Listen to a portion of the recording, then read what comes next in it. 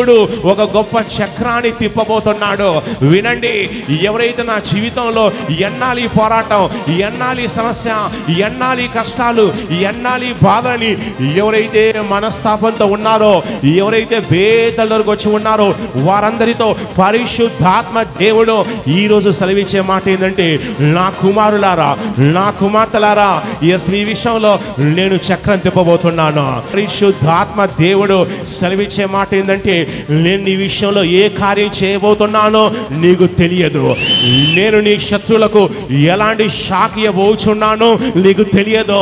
నీ కుటుంబాన్ని ఎలా రిపేర్ చేసి బాగు చేస్తానో నీకు తెలియదు. నా యందు విశ్వాసం ఉంచండి, నేను చక్రం తిప్పబోతున్నాను, నీవు సాక్ష్యం చెప్పబోచున్నావని పరిశుద్ధాత్మ దేవుడు సెలవిస్తున్నాడు. ప్రభు మిఖాయేలు దూతకి, అతని దూత గణానికి ఆయన ఆజ్ఞలు జారీ చేస్తున్నాడు.